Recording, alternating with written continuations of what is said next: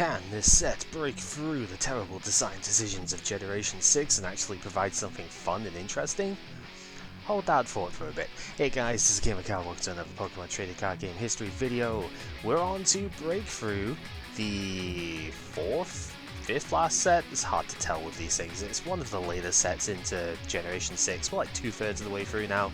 And yeah, down with ancient traits, in with a new gimmick, Break Evolution.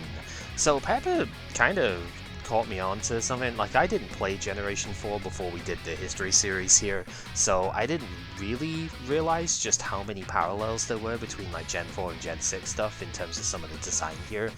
Notably, like recently we've had Broken Time Space reprinted for grass types, right, in Forest Giant Plants, and Vileplume reprinted from Generation 4 doing exactly the same thing as it did then. It's really annoying. Still is now. But we have another parallel coming in now in Break Evolution. So Break Evolution is a retake on the Lv.X mechanic, where you basically evolve a fully evolved Pokemon. This time it does count as an evolution, and it also is a straight like upgrade from what we had. Like, you do not have to be in the active in order to Break Evolve, and the Break Evolution itself only introduces extra HP and another attack. It does not have any of the bottom traits. So we see like Chestnut down here, it's got a fire weakness, no resistance, 4 retreat cost. The Chestnut Break does not actually have any of those traits. It copies them from the previous stage. This does mean that if you are a fire or a fighting type break, you are not able to be put into play with Archie and Maxie respectively, because they are not complete cards. It otherwise reads basically the same. We can technically rotate these cards around to actually show them this way. I might remember to do that when I go over them during the set, but every time we do that it rotates like all of the card stuff, so yeah, if I don't, I apologize, but that is basically why. This set is much larger than the previous one, and there are some really good cards to talk about in all aspects of this, but there are also some promos that are worth going over as well. Finally, we get access to this lovely Jirachi over here. This technically didn't see play. It was the only other artwork that we got that saw play, because this was part of a premium collection thing. It released in like late 2017 or something, when this card was already out of format. At least for the most part. It might have still had some legality, unlike some of the other alt arts that we've been playing, you know, but yeah, it's not very common. But the Jirachi itself, 60 HP, Metal type, for 1 colorless energy. Stardust only does 10, but it's the attack that we care about here, because it auto discards a special energy from the opponent's active, and if it does, it gives itself agility next turn, prevent all effects of attacks including damage done to this Pokemon. So it forces the opponent to work around it, but it also discards special energy, which is very important in a format where special energy is absolutely insane. This card is really, really strong. It's excellent against Night March as well, even though it doesn't hit Joltik for damage. That's actually kind of a benefit, if anything, because it forces them to retreat as well, so they have to pay extra energy to do that. They don't tend to play many switching cards per se, so yeah, there's lots of great stuff this can do. Very, very good in Seismitoad as well. So it's a decent format fixer. Still doesn't change like everything, but it certainly helps a lot. Pikachu EX is the other notable one. I will be playing 1 copy of this in one of the decks from this round, because lightning types in general get a pretty big buff this round. It's only 130 HP and it is still a 2-prizer, so it's very, very vulnerable, but it's got a couple of decent attacks to work with. Iron Tail's pretty okay at the beginning of a game. For 1 colorless energy, you flip until Tails, and for every heads you get, you do 30. You might be able to get a KO with that. Probably not, but you know, better than not having an attack turn 1. And Overspark is the main attack here. Lightning, double colorless, discard all the lightning on the Pikachu and do 50 for every lightning you discard. We do have an energy flood version of lightning to play into with this, so you can easily do 200, 250 damage and KO even megas and stuff with this as well. So yeah, it's frail and it is very risky, but it does tend to trade 2 prizes, and it is the highest damage output that lightning has in general, so it's not the worst ever. One retreat is also quite nice. It's easy to get out if you do start it in the active and you need something else in, so it's pretty good. Other promo stuff we get, there's not too much noteworthy, but we'll go over them anyway. Swamp and the Blaziken get the Mega Evolutions released now, but they don't get Spirit Links, so they're automatically unplayable. Strong Arm Impact would have been like passable for a sort of weird water mill thing if Blastoise was still around. 160 for 2 water and 2 colors if you discard the top 3 of both players' decks, 130 if you don't. That's fine, because, I mean, you could still Archie this into play, but there's no way of powering it up anymore, because we don't, other than Mega Turbo, it's like we don't have Blastoise. So, yeah. Bit of a shame, too, because it's Heavy Ball searchable, which is nice in this set. Mega Blaziken itself does 100 for 2 fire and 2 colorless, but then it does 100 more if it stays active and uses the attack again next turn. Just never going to happen, unfortunately, but it's cool nonetheless. Why has it got 2 retreat, though? Mega Blaziken's thing is speed boost, so that's kind of weird. Aerodactyl gets a Mega here as well, and unlike the others, it does get a Spirit Link, so there is that. Unfortunately, it is absolutely terrible being a promo one. Land Crush doing only 70 here is a miserable situation. It is Lightning Weak instead of Grass Weak or something though, Grass or Water, so that is something. Fighting Resistant as well could use Strong Energy I guess to do stuff, but really, I don't think so. 210 HP on the Mega is also pretty low, and for fighting double colorless, only 110. We already have better than that in Mega form with Electric, because it does it for 1 less energy. It does do 10 to every bench Pokemon in play, but that includes yours, so then you have to play the Mr. Mime from this set as well, and that's just not happening. It's way too complicated for what it does, really. It's not the worst card ever, because fighting is still a good type to be, but realistically, I don't think it's ever going to do nearly enough damage to be worth the Mega and the other bit. Because the thing is, with a Mega, you can't really play Muscle Band onto it, so you can't augment the damage that way. And yeah, it's just not great. The other breaks that we get are break evolution stuff from the set itself. Let's rotate this around so we can get a proper look. There's a Behem in this set, but Behem break does absolutely nothing for it whatsoever. Yeah, move your Psychic Energy around, woo.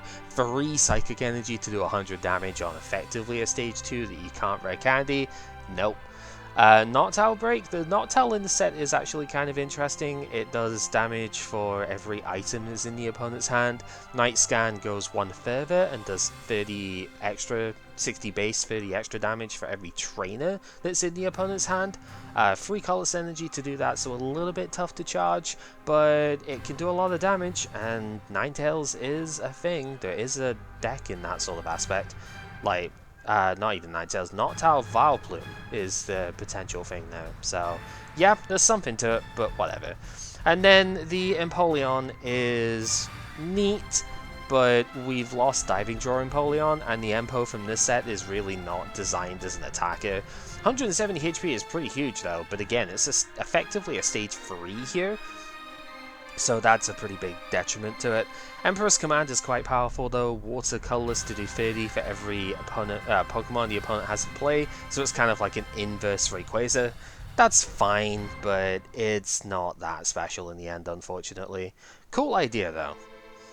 Anyway, on to the actual set itself, and wow, there's a lot of good trainers in here. Some of the notable reprint stuff, we have Fisherman reprinted in here. I will not be using this artwork because the only full art for Fisherman is in Generation 8, I think. So we'll be using that one. It's kind of weird.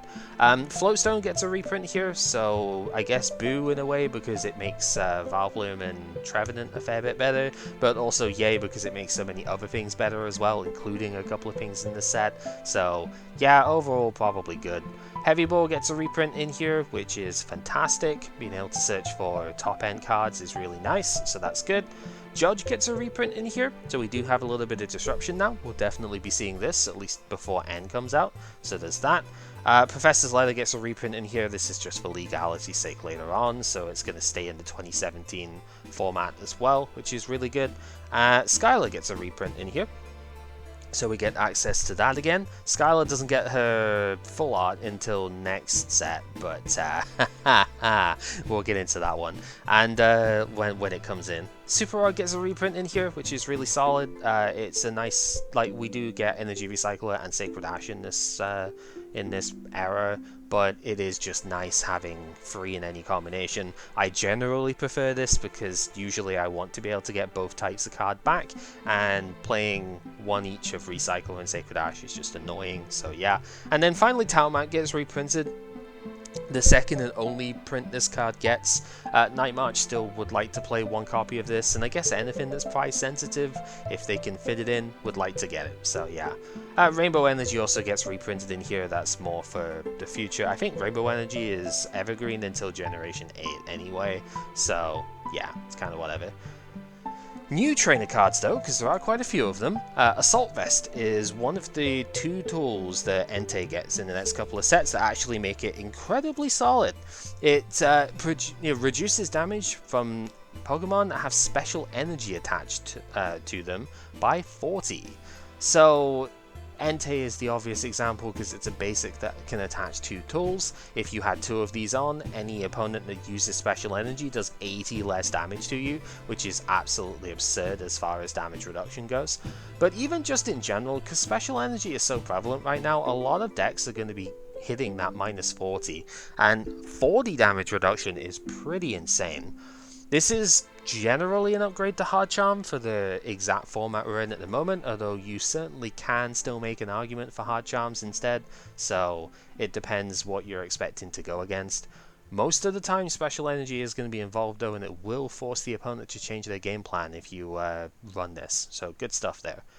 Bridget is awesome. One of the many things this set fixes is access to early basics, actually making it good too. Search your deck for 1 basic Pokemon EX or 3 basic Pokemon that aren't EXs. Put them into the hand. Oh no, don't put them into the hand. Put them onto the bench. Yeah, nuts to you and you're playing Shaman and Hooper and stuff like that for searching things.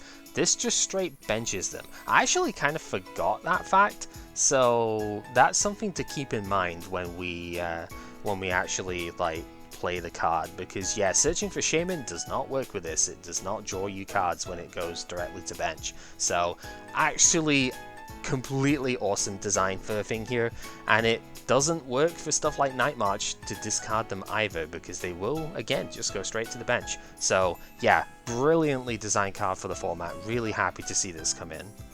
Buddy Buddy Rescue, I personally think is one of the worst cards that's ever seen competitive play, but it technically has, so let's go into it.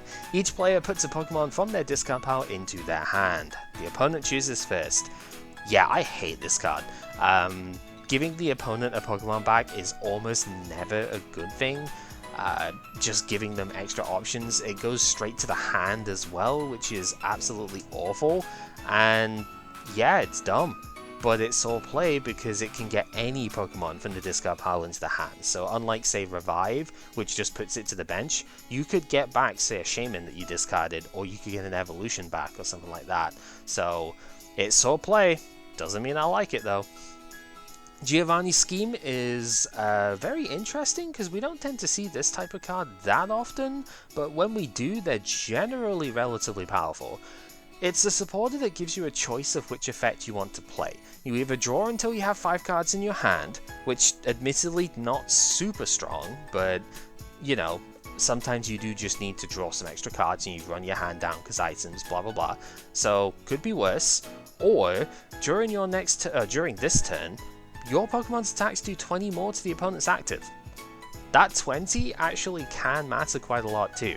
There have been cards that we haven't really ended up playing, stuff like Black Belt and Iris and stuff like even Buck's Training we didn't really see too much play, which is sort of similar. Buck's Training, you drew 2 cards and did 10 more damage, so like not amazing on either end.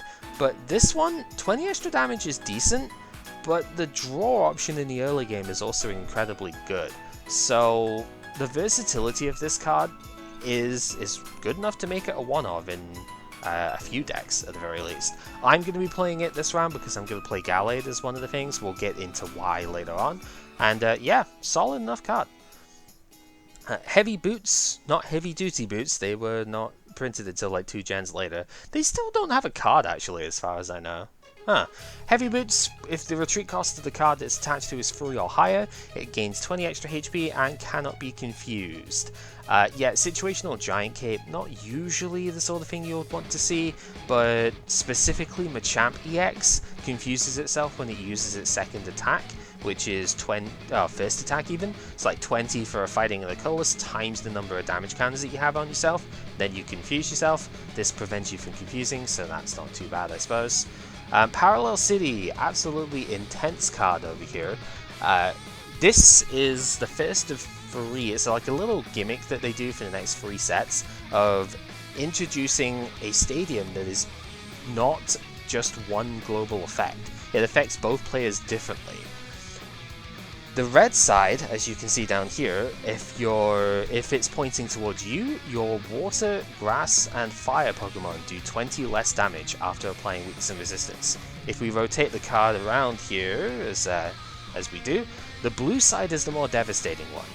The player who has the blue side pointing towards them cannot have more than 3 benched Pokemon, and when it comes into play, you discard until you only have 3 bench left. Yeah, nasty stuff. And it's got so many different uses. This card is absolutely ridiculous. There are plenty of decks that will get hurt quite badly by the red side. Think Vespiquen or Seismitoad especially. They really do not like having that sort of thing against them. But the blue side is absolutely crippling in tons of situations. Because what deck plays with only 3 bench Pokemon as an optimal bench, right? Absolutely nothing. Rayquaza absolutely hates this card going against them because they have to discard like 5 Pokemon when you put the blue side against them. Just brutal. And you can also use it on yourself if you want to get rid of all the excess Shaman and stuff like that you've been setting up with. So yeah, brilliant card. And it's disruptive, but it isn't necessarily like the same level of unfun disruption as just plain locking the opponent out of the game with items and stuff like that. So I think it's fine. It becomes a problem later on, but I think by then it's just about leaving the format anyway. So I don't know. Definitely super impactful card though. Reserve Ticket is weird. If you flip heads, then you search your deck for a card and put it on top of the deck. That's all it does. I don't know, if you can draw that card immediately as well, which, I mean, we do have Shaman, we have stuff like Acrobike as well that could maybe do it, it's fine. But it's a tricky one to justify playing, I think. But if you really are into that mega, like, ultra turbo sort of style of deck, you could probably do something with this. Worst case scenario, it's 1 less card out of the hand, you know, like 1 card you can get rid of, so that you can just play a Shaman for an extra card or something. So yeah, it's fine. And then that's it for the trainers, but we do have 1 energy to talk about too. Our second last type-based energy. Don't know why they didn't put the water one in here as well, but I guess next set is more fitting for it. Burning Energy is the fire style one here, as you'd expect. And if this card is discarded by the attack of a fire Pokemon that it is attached to, it goes back onto that fire Pokemon after attacking. So yeah. Pretty solid. There's a couple of decent cards that it can work with already. There's one in this set. The Mega Houndoom is what it's meant to synergize with. We'll go over the Houndoom when we talk about the Pokemon, but it's reasonable enough. Pepper did try to play this in our testing round with Camerupt, but that deck was just a little bit clunky in general, didn't quite work the way he wanted it to, so we're probably not seeing that one. I think he's going to experiment with a Mewtwo in this set actually, so that ought to be interesting. But yeah, solid card if you are discarding your energy for attacking, but otherwise, yeah, maybe not. As you can see, the Megas for this set are the Houndoom, the Glalie, and 2 different Mewtwo's. Because of course, being the Gen 1 Pokemon that way, yeah, being Charizard, Mewtwo, etc., they were going to get like double Megas anyway. But we'll talk about those as we go through the set. Unfortunately, Grass types really didn't get anything this set. We can talk about the Chestnut break briefly, but it's not really worth it because there's definitely not a good Chestnut to even evolve from. But even if you did, it's too expensive anyway. This card is very similar to Torterra Lv.X, but doesn't have the ability that Torterra did to gust the opponent if you were behind on prizes, so automatically not that great. Tough Hammer does 160 for 2 grass and 2 colorless. You do 30 to yourself, so you mitigate that 190 HP. Chestnuts have 160 as a base, so you're basically just going back down to what you had. But it does do 30 damage to one of the opponent's bench as well. So powerful hit, just not really efficient, right? How are you getting 2 grass energy on this thing as well? That's the other problem. So yeah, not super good. Vivillon, if you flip heads, you get to sit your deck for a basic energy and attach it to one of your Pokemon. Admittedly, that effect is like super strong. But do we really... I suppose it is a grass type, but do we really have to put a stage 2 effect on a coin flip like this? That does not seem strong enough to have on a coin flip. It's... yeah, I don't know what they were thinking with that. Shoutouts to the boy. I don't tend to mention his artwork too much anymore, but that's a really cute Cyndaquil. So, yeah, we love this guy's artwork. It's just so out there. The Typhlosion itself is a gigantic meme that we might see when Steam Siege comes out and gives us Talonflame to work with.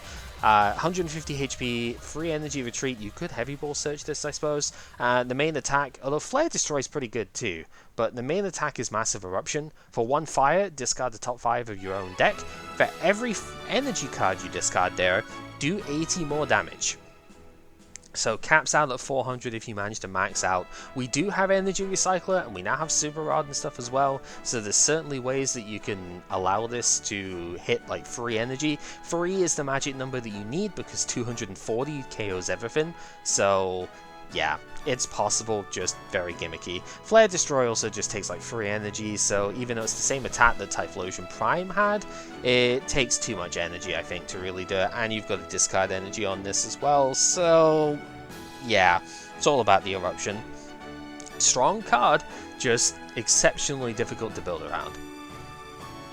The Mega Houndoom line, both parts are like reasonable. Houndoom EX is only 170 HP, 2 Retreat is still annoying on this thing, but oh, whatever, you know.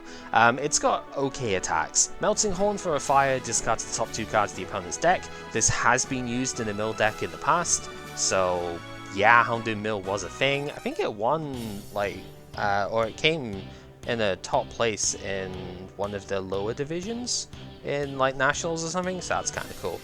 Grand Flame is the same attack that Entei EX had, but it's 50 damage instead of 90, but it only costs 2 fire instead of 2 fire and a colorless. So it's a bit easier to get going, and I mean, we have Blacksmith in the format, so you could just Blacksmith to that immediately. Attaching a fire from the discard to one of your bench means you set up another Houndoom, which is solid, so yeah, passable enough. And then the Mega Houndoom, it's 1 attack. It goes to 210 HP, by the way, and only a 1 energy retreat, so that's pretty solid. But its main attack is Inferno Fang. For 2 fire, it does 80, and if you discard all fire energy on this thing, it does 80 more. So 160 for a Blacksmith, basically, is pretty good. And you could power up multiples of these as you go on the bench. 160 isn't quite enough to KO most things, but like it sets up very well. And it's just efficient is the thing, so it's fine. Probably not strong enough, but it is still there anyway. You could build a deck around that. That's more than I could say for a lot of cards. Artillery is probably my favorite overall card from this set. 90 HP, so it's level ball searchable. It's watertight, so it's dive ball searchable, and technically you could archie with this if you're playing that sort of deck. And its attack is just too expensive, I'm afraid, as much as DNA would like it to be playable. 2 water and a colorless is far too much for this sort of effect, but he just wants a hug, you know, can't complain about that. Now, what this card is good for is Abyssal Hand. Once during the turn before you attack, you may draw until you have 5 cards in your hand. Seems Bibberol, man. If you play Modern, that's exactly what it is, except it's levelable searchable, unlike Bibberol. Yeah, this is an alternative to Shaman for single price decks, especially decks that don't tend to rely a lot on EXs and don't necessarily have to turbo themselves out every single turn. It works fantastically with the Gallade in this set. That is going to be my core focus for this round, and yeah, I just love it.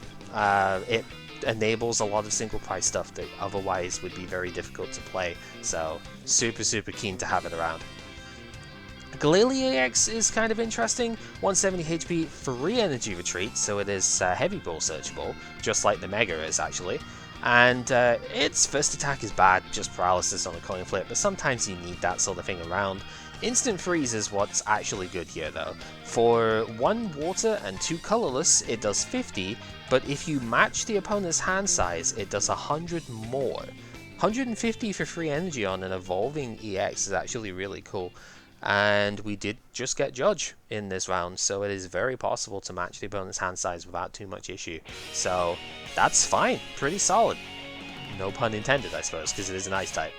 We get to Mega Glalie, and it's at 220 HP, so plus 50 from before, and it needs that HP because Cryomouth is a self-damage based attack. For a water and double colorless, once again, it does 100, but if it has 10 or more damage counters on it, it does 150 more. What? Yeah, it does 250, which is enough to one-shot everything in the format. Even the Wailord that Typhlosion can't kill in one hit with free energy. Yeah, that's insane. It does require you to be at basically half or less of your remaining health though. But come on, 250, take a 2 prize on any Pokemon, that is absolutely nuts. If you play this with Shrine of Memories from the previous set, you'd be able to use Instant Freeze when you need to, and then Cryomouth when it's available, which is a pretty solid strategy for that, because then you could, say, Judge to do Instant Freeze, and then when you take some damage but don't die in one hit, you Lysander the target that you really want to hit with Cryomouth, and yeah, solid stuff. Empoleon, we did mention the break earlier. The Empoleon itself does 20, gives your basic Pokemon 20 more damage. I remember really hating this card when it came out because basic Pokemon did not need more help in this format. And this is a stage 2 whose only purpose is to help basic Pokemon. Really dumb. The only deck you might see this in though is like Night March, like pure Night March, because Night March with Gallade in this set is potentially a thing. But if they want to just do more damage with the Marches themselves, so that it's easier to hit the Mega Pokemon, you could play Archie with this.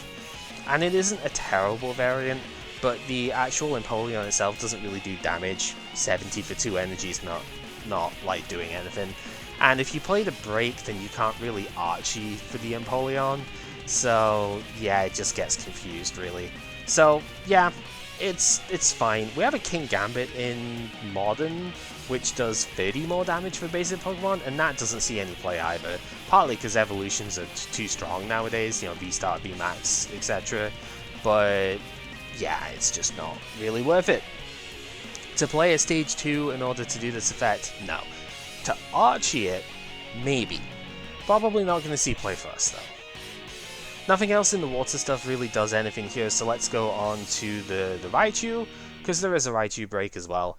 Personally, I think the Circle Circuit Raichu is just better, and that does get reprinted in Generation, so it'll be around as long as this one is. 50 damage to each of the opponent's EXs is really solid, but for 2 energy, because it can't be double colorless, I don't know. At least it's lovable, searchable, and still has 0 retreat, so not the worst ever. Raichu Break is very similar to Raichu Prime and the original Raichu EX actually. Raichu's done this a couple of times, where it goes up to 130 HP and Grand Bolt is the one attack here. 1 lightning, double colorless, 170 damage, so it one-shots weaker EXs, that's pretty solid. You have to discard all the energy that's on this Pokemon though. And I guess you could play double colorless with a thing, but the only real good way of powering this up was with Magnezone that we're about to talk about, and then you're playing a stage 2 and a more difficult to play stage 2 in the same deck, and there's much better partners for Magnezone. So yeah, unfortunately not amazing, but still pretty neat if nothing else. Magnemite gets its reprint of there's a couple that have done this where for every Magnemite you haven't played, then this one takes less to retreat. It's only a 1 energy retreat anyway, so if you've got 1 Magnemite on the bench, this retreats for free. Absolutely love this ability, one of the best things about the Magnemite line. And the Magnezone it evolves into is our new Energy Flood. Magnetic Circuit is Deluge for lightning energy, so often as you like during the turn, attach a lightning from your hand to one of your Pokemon. Don't completely underestimate the attack on this zone either. Thunder Blast for 2 lightning, the colorless does 100, and you discard a lightning on this Pokemon. It's just shy of getting like small EX KOs, but it also hits Shaman full weakness, and that's fine. 140 HP, free energy retreat, so you could heavy ball search this if you've got other targets in deck for that. Not bad at all. The obvious partner for it is right next to it here in Raikou. I love this artwork, by the way. I don't know why he's in a city tunnel, but he is, so, you know, just chilling. 120 HP, 1 energy retreat, very solid stats on it there. And it's got Thunderlance is basically Keldeo and well, it's that sort of attack. 50 for free energy, plus 20 for every lightning that's attached to it, so 110 base basically. More damage for every energy you equip to it, and if you have at least 1 lightning on it, this Pokemon takes 20 less damage from attacks. So you can build a version of this deck that has like Assault Vest and whatnot, or any next set that would be Fighting Fury Belt would be the big upgrade, and that effectively gives you like 180 HP at that point, which is really good for one prizer. So yeah, this is a fairly decent deck. It's a little bit tricky sometimes to set it up, but because we have stuff like Bridget now, and Level Ball can still help out with the low end stuff as well, it's a pretty solid one prize deck. And adding like 1 copy of the Pikachu gives you reach that the Raikou might not have. So yeah, really good. Stunfisk has got a pretty strong revenge attack, but it does take a lightning to use, so unfortunately not very splashable. Just takes a bit too much effort right now. Let's talk about the Gengar, because Gengar is actually pretty cool in this set. It's super clunky and it's not a great deck. I've not tried to build it myself because it's just a bit too hard to play, but it's neat. Do want to briefly talk about the Haunter as well though, because when you evolve into the Haunter, you can leave both active Pokemon confused, which is a bit weird, but definitely not terrible. Yeah, fun stuff on that. But the Gengar is the main bit here. 130 HP on the low side for stage 2s now, but Gengar is quite frail, so it makes sense. No retreat, a decent trait of most Gengars, so there is that. And then it's 2 attacks, Sinister Fog for 1 Psychic, leaves the opponent poisoned, and spreads 1 damage to each of the opponent's bench. So yeah, reasonable, but maybe a little bit slow on the stage 2. But it's trying to set up for Creepshow, where if the opponent is, if their active has got 3 or more damage counters on it, you straight KO that Pokemon for 1 Psychic and 1 Colorless, or just 1 Psychic if you put Dimension Valley in play. The obvious synergy here is with the Bat line, Golbat, Crobat. Especially Crobat just instantly fuels Creepshow by itself, but Golbat and then like 1 proc from Sinister Fog would be pretty solid too. The other way of doing it is with Fortress, but we don't yet have Devolution Spray, so that might be a bit too clunky. And then the only other idea I had with this card is it only spreads 2, which is a bit annoying, but the Gorgeist from XY base for 1 Psychic Energy that spread 2 damage counters to each of the opponent's Pokemon. So if you could get a couple of hits with that, you could just Creepshow for the rest of the game. Of course, it is very clunky no matter what way round you do this, but we do have Bridget in format. Level Ball is a thing. You could do some pretty fun stuff with it. So it's a fun deck. I don't think it's necessarily a good one, but sometimes you just want to have some fun. So yeah. Mewtwo gets 2 EXs in here, and neither of them are particularly good, although this one's very funny because he's just like punching the sky or something, I don't know. Both of them 170 HP, 2 retreat cost guys, and they're both pretty clunky. For 2 colorless, the first one does 30, and during the opponent's next turn, you take 30 less damage, which is pretty okay. Although it is worded in a way where if the opponent switches, then you don't take 30 less damage, so that's kind of weird. And Cyburn does 120, but it takes 2 Psychic and 2 Colorless, so that's a little bit expensive. But this one's better if you play Dimension Valley, because for 1 energy, 30, reduced by 30 next turn. Very good against Seismitoad, if nothing else, so I guess there's that. The other Mewtwo EX is generally the one that I would prefer. Shatter Shot for 1 Psychic does 30 for every Psychic that's on this Pokemon. Reasonable enough. And then Damage Change will swap the damage counters on Mewtwo and the opponent's active for 2 Psychic and a Colorless. If they don't have damage counters on, well, now they do. And this is the one I prefer because Shrine of Memories lets you use the higher HP of the Mega Mewtwo's in order to damage change for like 200 plus, which is very, very strong. But even later on, technically, if you had Fighting Fury Belt on this thing, then it would be reasonable to swap damage as well. So, yeah, good stuff. The 2 Megas, the fighting-based one here, it's not actually fighting type, but the Mega Mewtwo X was Psychic Fighting, so it uses Fighting Energy here. Definitely the less playable of the two, but it's a pretty fun one nonetheless. It's got a free energy retreat, so I guess if you Heavy Ball, that's fine.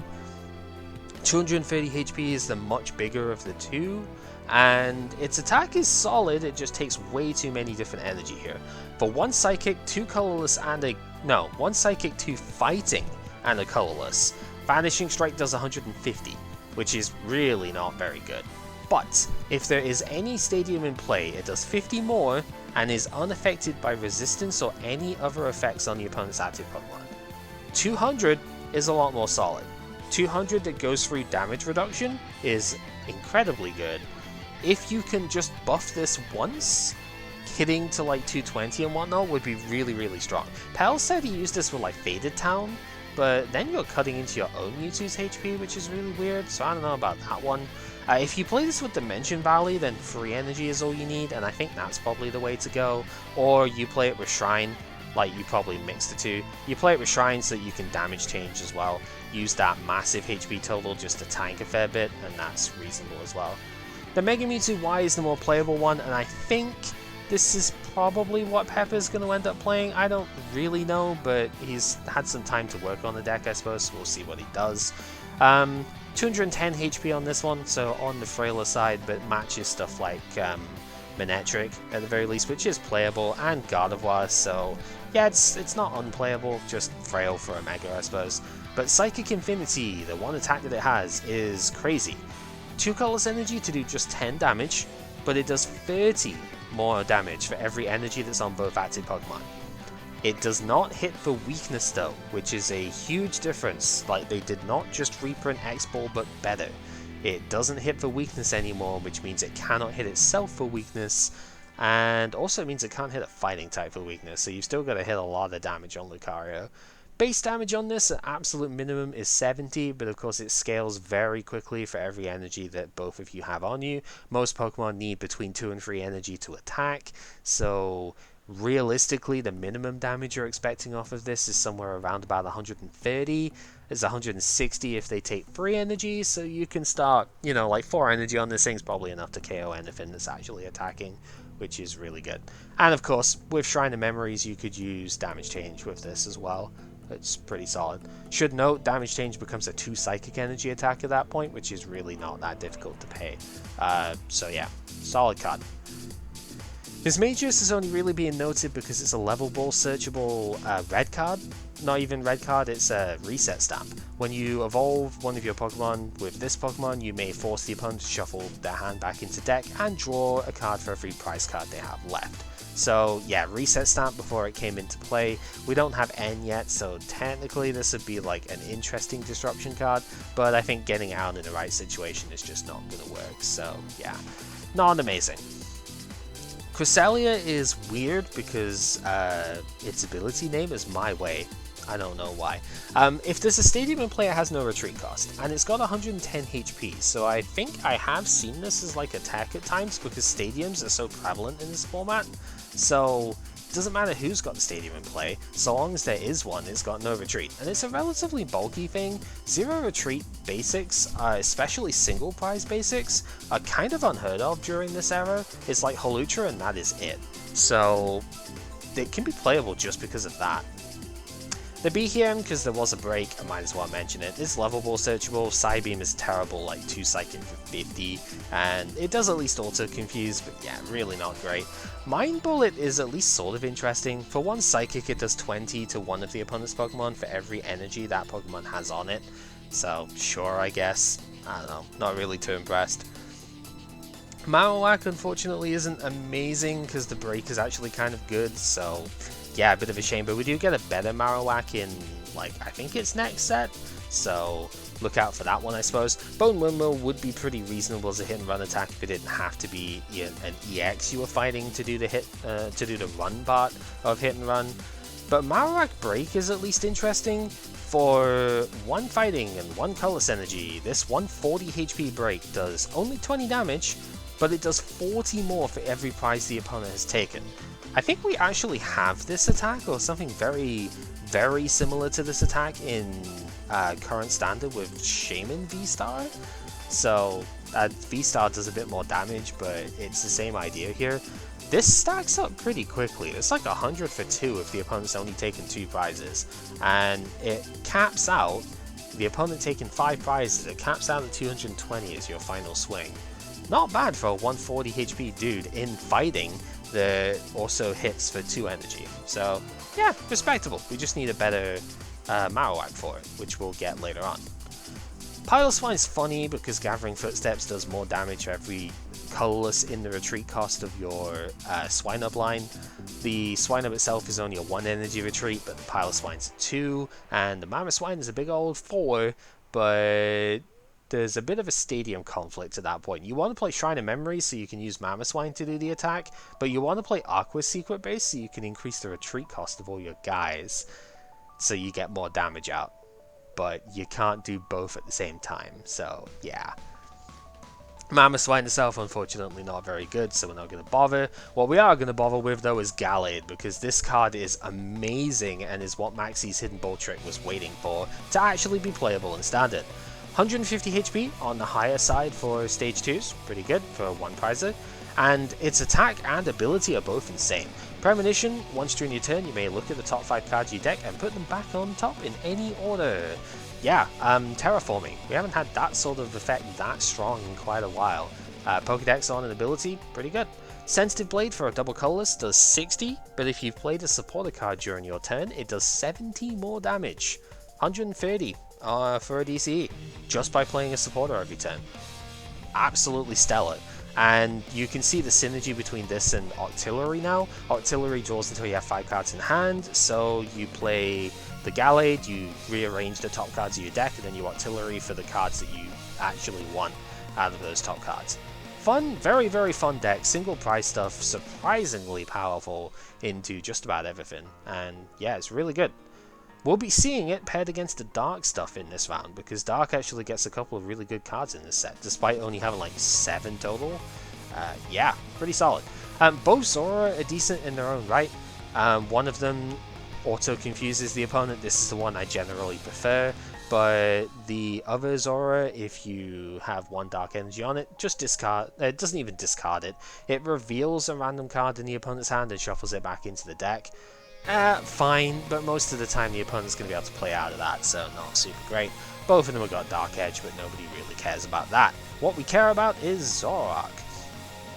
This 100 HP, so unfortunately not levelable searchable, but it's probably for the best because this thing would be kind of insanely broken if it was searchable that way. Its ability is Keldeo.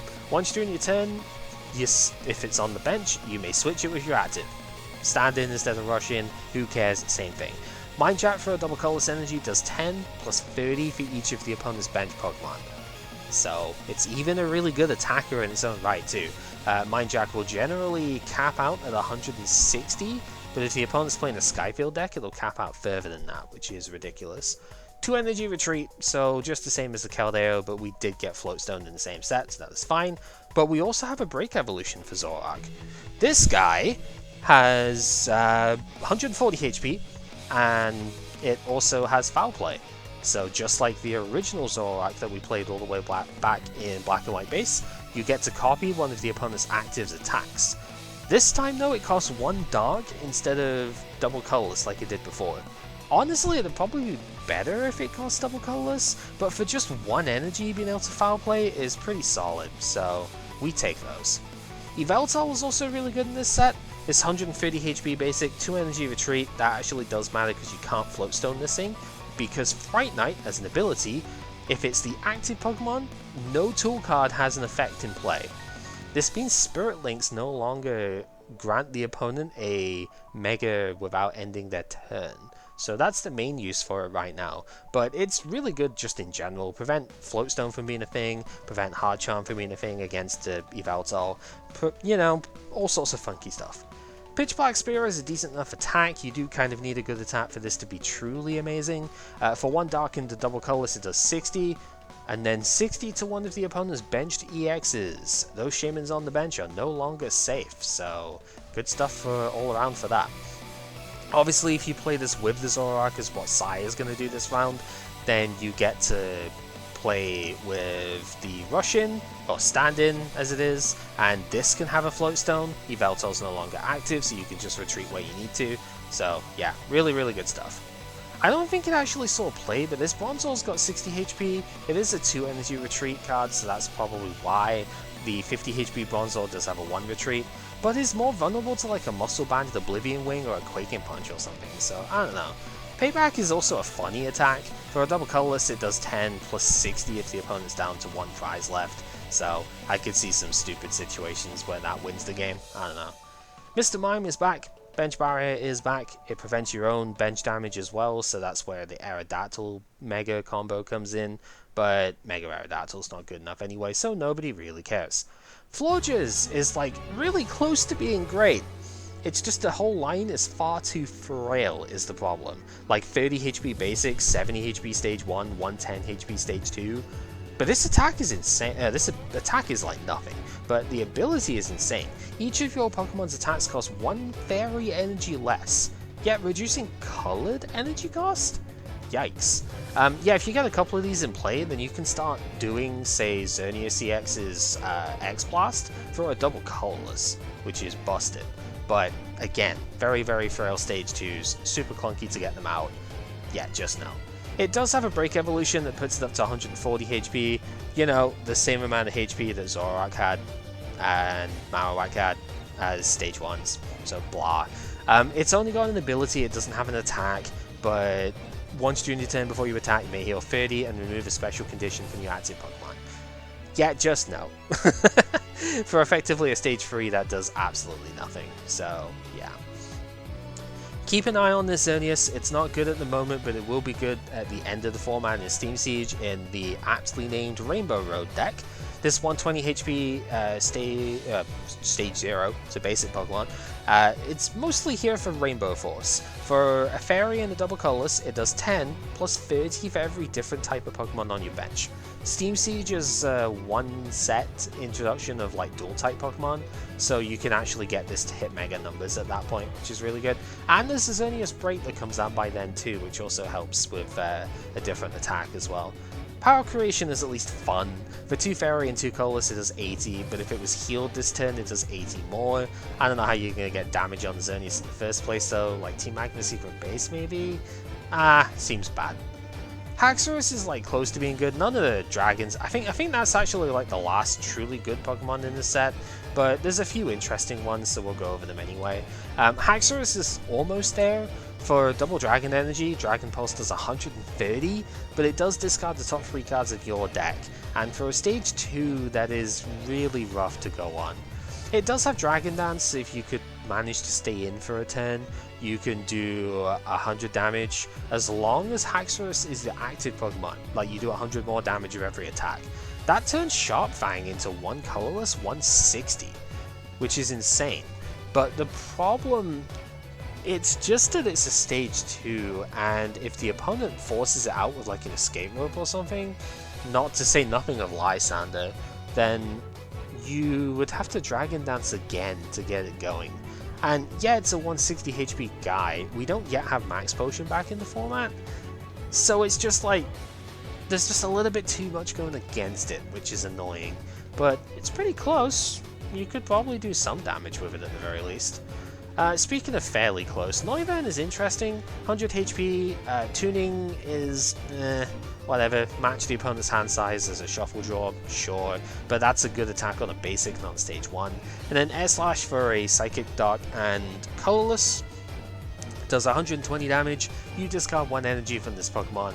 Realistically, you're paying this with double dragons, so discarding whatever excess energy you got, sure. But it has a break evolution, that's why we care about it here. 130 HP, and it's the Synchro Woofer. I love this attack name as well. Synchro Woofer for one Psychic, one Dark, and the colorless does 70, but if you match the opponent's hand size, it does 150. There's that matching thing going on again. Yeah, obviously Judge works very well for that, but I think the better one to do is to evolve this from the Noivern from, what was it, like Furious Fist or something, that's got the annoying 50% chance to dodge damage from an attack ability, and Boom Burst is its actual attack. I think that's the better one to go from, but it's still pretty interesting that you have like a high damage option as well, so maybe like one of this and 3 of the other one. It's a very clunky deck, but it could be fun nonetheless. Dodrio gives your bench or your active Pokemon 2 less retreat whilst it's on the bench. I guess if you pair this with Zoroark, you could have like 0 retreat without Tool, which is kind of fun. It's also level ball searchable, so there is that. But yeah, not too stellar, I don't think. And then looking at it, the last card that's worth talking about is the Noctowl. This is the one that evolves into the Noctowl Break that we talked about at the start. And its main attack, it's level ball searchable too, but its main attack for double colorless does 20 for every item that's in the opponent's hand. You do get to see the hand, of course. So yeah, pair this with the Ninetales and you can do some reasonable damage with that. That's the main thing. Yeah, this set, as you can see, is pretty huge and definitely a fun one to go through. We're going to see quite a lot of cards from this set in this round, which is always a good sign for the set when there's stuff that's interesting enough to play. I'm going to focus on 2 decks this thing. We're going to play the Gallade alongside Artillery, and then Artillery is also going to show up in my other deck, but it is based around Magnezone Raikou, because this was also one of my preferred archetypes in this block. I like this set an awful lot more than the 2 that are like 2 or 3 which are around it, so hopefully we'll have a fair bit more fun with this one than we did with the last one, but we'll have to see. Thank you very much for watching, hopefully you found this interesting, and until next time, take care everyone.